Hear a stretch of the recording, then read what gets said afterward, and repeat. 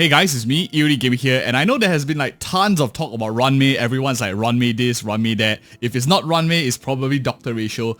But one character that has seemed to be forgotten is Blade, and in this video, I just want to share with you my thoughts about this character. Is he still worth it in version 1.6 and moving forward as well? For those of you who want like a TLDR, you know we don't waste time on this channel. So my personal take is, out of all of the DPSs in the game, excluding maybe for example Kafka, who is a DOT, Nihility kind of style, Blade is my favorite DPS, topping even Zealer, who some of you on the channel know that I have E6 of her. And why is Blade my favorite DPS? Now, let's talk about the first thing. Is he the highest DPS output in the game? If you're looking for a character that does like the biggest PP number, the answer is he's not going to be that character. Right now in the meta is going to be a character, for example, like Imbibitor Lune, maybe not as much Imbibitor Lune, but probably Jingliu as like the highest tier ranking out of all of them right now. Close behind probably will be Imbibitor Lune. Blade is by no means either of these two characters. But in that case, like if he's not that strong, that OP, why are a lot of people, if you go around the community and you ask, why are a lot of people still have a lot of respect for this Blade character, even though he's not like the top meta in terms of output of DPS? Let me give you a few reasons. The first reason is his skill point neutrality, or in fact, I would say he's slightly negative, but for a DPS, he's actually very, very useful because he doesn't take up much skill points at all. For any of you who don't know how he works, he uses his skill, this enhanced ability once, which takes up 1 skill point. But when he uses his enhanced basic attack thereafter, he has this AoE strike that doesn't require any skill points. So in a sense, he's only like net, he's like -1, then 0, 0, -1 again, then 0, 0 and stuff like that. Or -1, 0, 0, 0 and -1 because it lasts for 3 turns. So he's like net 0.3 negative, I don't know, however you want to count it. But he basically takes up 1 skill point, doesn't use up a lot for the rest of the turn, which makes him pair very nicely with a lot of like skill point positive sustain units. For example, a character like Luo Ca. For example, maybe a character like Bai Lu, and etc, links and plus and thereafter, which makes you have DPS output pretty much for free from a secondary slot. You can have your main DPS, for example like Jingliu, you can have a main DPS like Imbibitor Lune. This will do very, very nicely from the main DPS slot. Your Harmony characters buff that more. So that's the first thing in terms of skill point neutrality. But that alone isn't going to be enough to put him to the top ranking. If not, characters, for example, like Ireland will be top tier, right? Because he's also very skill point neutral. His skill here doesn't use any help, for example, skill points. Instead, he uses his health. So first thing, not as much of a big deal if you think about it in isolation. The second thing that makes him super strong is this character is ridiculously chunky for a DPS. If you look at my Blade here, he has almost 8,000 HP for a DPS. Even if you play him at half-life most of the time, that is still 4k HP. And he's extremely chunky. If you look at Jingliu here, her max HP is 4k. You look at like a character, for example, like Argenti here, he's not even half of my Blade's HP. And other characters, for example, like my Himiko is at 3k HP, my Zealer is barely even 3k HP.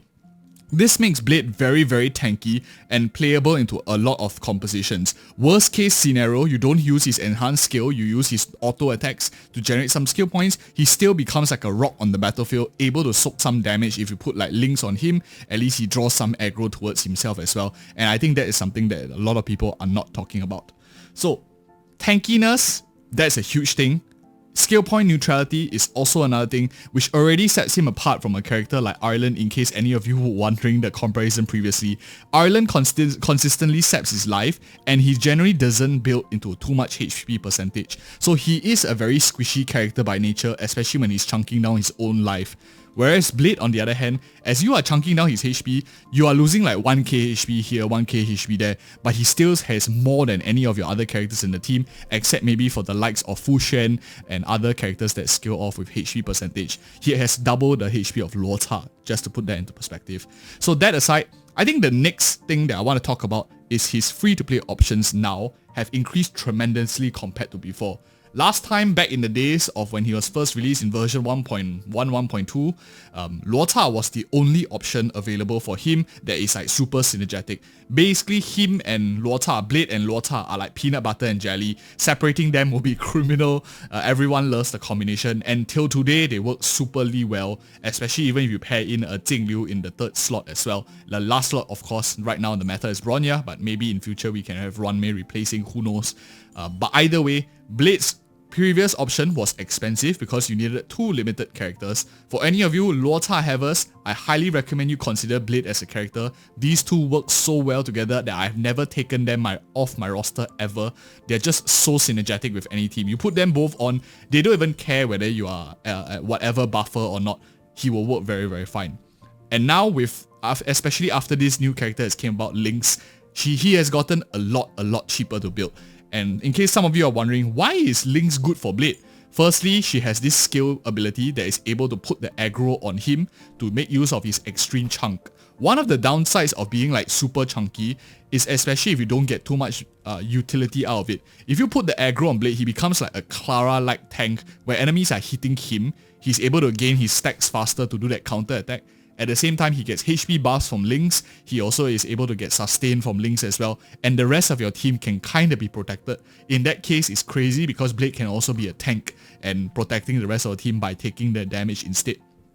And benefiting from it, especially with like a character like Lynx. So you put like Blade in the extreme left slot, you put Lynx right beside him and your squishies towards the right, chances are Blade will be tanking a lot of damage. This is unlike other destruction characters in the game. Ireland, too squishy to do that. He will just die if you put the aggro on him. Other characters, for example, like Jingliu, doesn't really have too much HP, quite squishy also. Imbibitor Lune, also too squishy to do this kind of strat, which makes Lynx combo destruction character really only Blade out of all the other destruction characters you want to put the aggro on. And that is, I think, something that is not often talked about. The next thing, we already talked about so many things, and and this add-on, you see, they are not like in isolation, oh, he's good at this, he's good at that, he's good at that, but all of this comes together to make him a very independent and free-flowing DPS you can slot anywhere, super comfy to play out of all DPSs in my opinion. And the next thing that I want to talk about now, as if that wasn't enough, is he is a HP scaling character, which is very good. Not only because his HP percentage scaling, but he's also a some attack percentage, which means that he actually works best in a hybrid DPS role where you have a main person that wants to get all the attention. For example, Jingliu, for example, Imbibitor Lune wants a support to bump them up. A lot of the dual DPS teams tend to not want to boost one DPS only. They try to like want to boost both. But in this sense, Blade doesn't care about attack percentage at all. He doesn't really care too much about speed. Speed is nice for him, but it's not like essential in his kit because if the enemy attacks him more, he still counters more anyway. It's not like limited based on his how much speed that he has and whatnot. So in that sense, he works super well with a main DPS. If any of you like the meta DPSs, he plays best as a secondary DPS in my opinion instead of a main DPS carry. These kind of secondary DPSs that can be slotted anywhere and has his kind of kit of tankiness, ability to not even care too much about skill points, can be buffed by win damage bonus, can be buffed by pen ratio, by the enemies increasing weakness break efficiency, blah blah blah. He benefits from all of those, making him have longevity in the game, and it's more difficult to power creep a character that isn't the main DPS of the entire team. That is, I think, one of the key things that makes Blade stand out of all of the rest of them. So I gave you many reasons why I think this character is like super strong. But to balance it out, I want to talk about something that I think is very important to consider.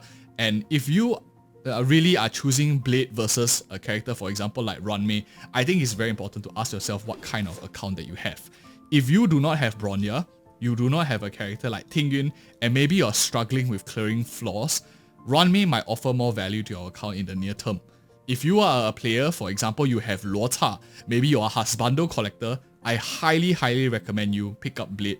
This is his first rerun, and the second rerun that these characters will have is likely going to be even further away than their first rerun. And I highly recommend you pick him up now. Don't worry about when his second rerun. If his second rerun comes, you can consider this unreachable side because this is also super good for him to complete like your Blade set. And I think he is, in my opinion, my favorite DPS as of 1.6. even taking aside my highest invested dollar value character like Zealer.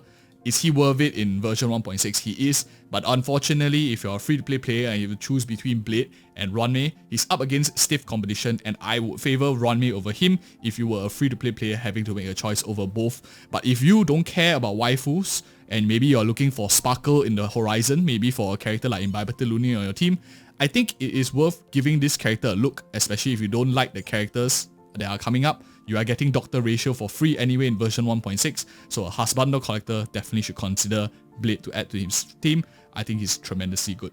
Anyways, that is basically a quick summary of my thoughts. If you appreciate such honest content, I try to give it to you straightforward, and I cover as many angles as I can. I know not a lot of people are talking about Blade, but if you want more details, please do comment below. I'll feel free to add more to my commentary too. Anyways, thank you so much for watching, guys. See you next video.